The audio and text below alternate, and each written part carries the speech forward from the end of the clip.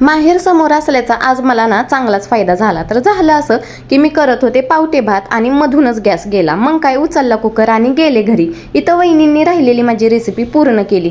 बाहेर एवढा पाऊस होता आणि काकांनी येताना मका आणला होता। मग वहिनींनी छान असा तेला मिठात परतून तो मला खायला दिला आणि त्यांची झाली स्वयंपाकाची सुरुवात। इथं त्या पनीरची रेसिपी करत होत्या आणि बघूनच तोंडाला पाणी सुटत होतं। इथं आईची लगबग सुरू झाली शंकरपाळ्या करायची।